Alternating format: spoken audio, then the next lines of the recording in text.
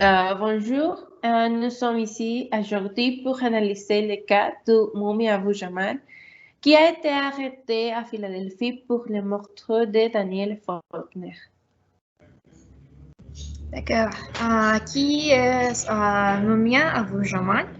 Est un journaliste et militant politique afro-américain qui, dans sa journée, a été impliqué dans le nationalisme noir, a été membre du Black Panther et est également devenu journaliste radio.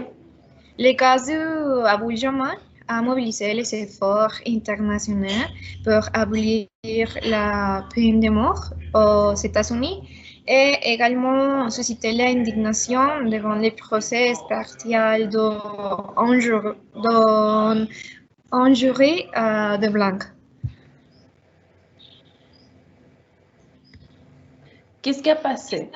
Je vais décrire l'événement. Le 9 de décembre de 1981, à 4 heures du matin, le policier Daniel Faulkner a arrêté le frère d'Abu Jamal, William Cook, pour conduire dans le sens inverse. Abu Jamal a déclaré qu'il a été intervenu sur la situation quand il a vu que l'officier frappait son frère dans le combat. Mumia et Faulkner ont été touchés par les balles. Faulkner a été blessé au dos et au visage, mourant instantanément. Abu Jamal, par sa part, a reçu une balle dans les poitrines et a été transféré à l'hôpital Thomas Jefferson, où il a été soigné pour sa blessure et il a ensuite été conduit au siège de police, où il a été inculpé et jugé pour le meurtre au premier degré de l'officier Faulkner. Qu'est-ce qui s'est passé au premier procès? Des côtés de l'accusation, Fernanda presentera les preuves qui prouvent la culpabilité d'Abu Jamal. L'accusation a été présentée 4 témoins au tribunal. Le premier est Robert Schobert, un chauffeur de taxi qui a témoigné qu'il était rare derrière Faulkner, a identifié Abu Jamal comme le tireur. Le deuxième, Cynthia White, a déclaré qu'Abu Jamal était sorti d'un parking voisin a été tiré sur Faulkner. Le troisième, Michel Escala, un automobiliste, a témoigné qu'à deux longueurs de voiture, il avait un homme correspondant à la description d'Abu Jamal, courir dans la rue depuis un parking et tirer sur Faulkner. Albert Millington a témoigné en voyant Faulkner garer la voiture de Cook quand Abu Jamal a commencé à traverser la rue. Millington s'est tourné et n'a pas vu ce qui s'est passé ensuite. L'accusation a présenté deux témoins de l'hôpital où Abu Jamal a été soigné. La sécurité de l'hôpital Priscilla Durham et l'officier de police Harry Bell ont témoigné que Abu Jamal a dit à l'hôpital « J'ai tiré sur ses fils de pute et j'espère qu'il mourra ». Aussi a également été présenté un revolver de calibre 38 apparentant à Abu Jamal avec 114 usages qui étaient retrouvés sur la scène du crime. Anthony Paul, le superviseur de l'unité d'identification des armes à feu du département de police de Philadelphie, a témoigné que les cartouches et les caractéristiques de l'arme correspondent au fragment de balles prélevés sur le coffre de Faulkner. Maintenant, les éléments qui ont été présentés par la défense. Ok.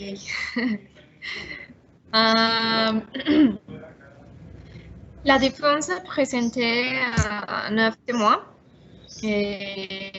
La poète Sonia Sanchez qui a déclaré qu'Abu Jamal était considéré par la communauté noire comme un homme créatif, articule, pacifique, génial. Et Desi Hightower a déclaré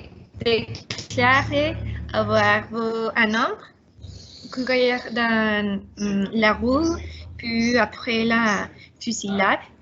Bien qu'il n'ait pas la fusillé, son témoignage a contribué au développement d'une théorie de l'homme courant basée sur la possibilité qu'un homme courant aurait pu être le tireur.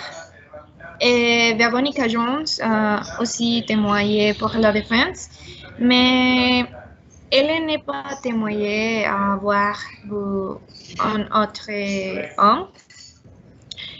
Ces trois témoins potentiels de la défense ont refusé de témoigner et Abu Jamal n'a pas témoigné pour sa propre défense. Et William, le frère de Mumia, a refusé de témoigner en disant « Je n'ai rien à voir avec ça ».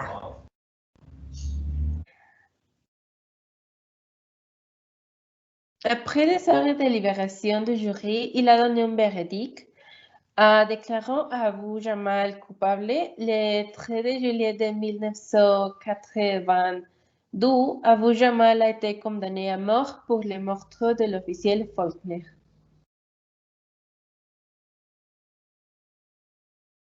Différence en occurrence du jugement. Ok, d'accord.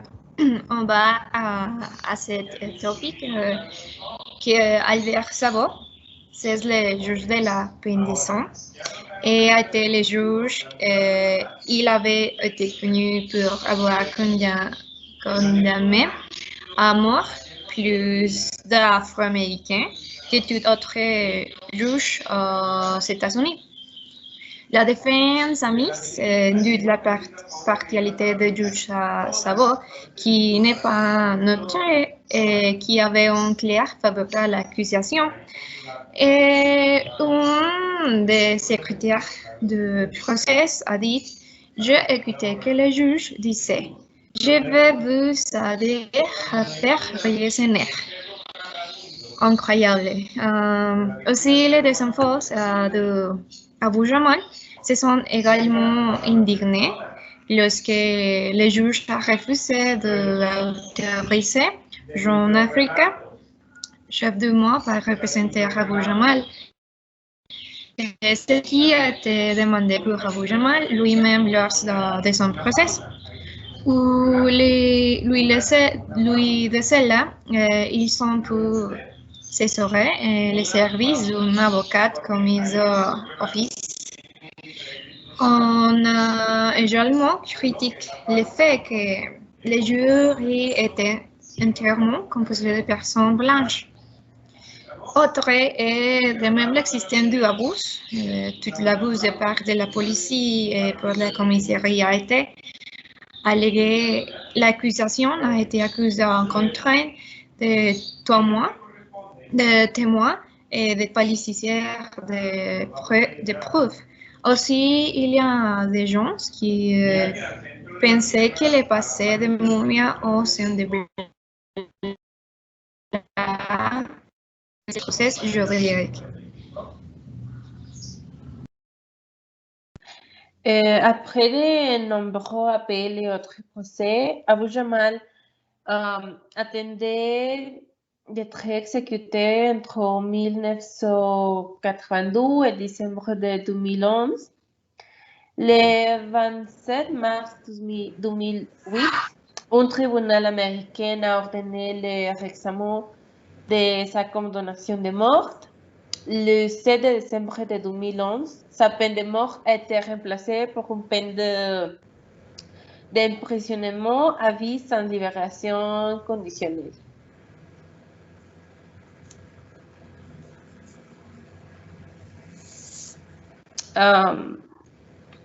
De son côté, le procureur de Philadelphie, Seth Williams, a déclaré qu'il ne demandera plus la peine de mort pour Mumia, mais William a ajouté qu'il n'avait aucun doute de qu'Abu Jamal avait assassiné le policier Daniel Faulkner. Le soutien populaire et l'opposition. La veuve de Faulkner a déclaré qu'elle n'était pas d'accord avec le retrait de la condamnation à mort de Abu Jamal et a fait appel des appels des avocats. La famille de Daniel Faulkner et les partenaires ordres de police pensent qu'Abu Jamal a tué Faulkner lorsqu'il procédait à une arrestation légale et justifiée. En 1999, la Réunion nationale des FOP a adopté une résolution appelant au boycott économique de tous les individus et entreprises qui avaient exprimé leur sympathie pour Abu Jamal.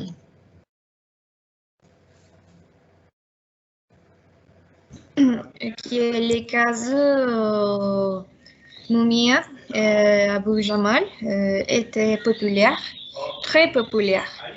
Et les rouges politiques, mouvements anti-mondialisation, mouvements anti-peine de mort, mouvements nationalisés noirs parmi d'autres étaient du côté de Mumia et réclamant constamment un procès juste. À l'époque, il demandait une modification de la commandant à mort et actuellement, libération est demandée.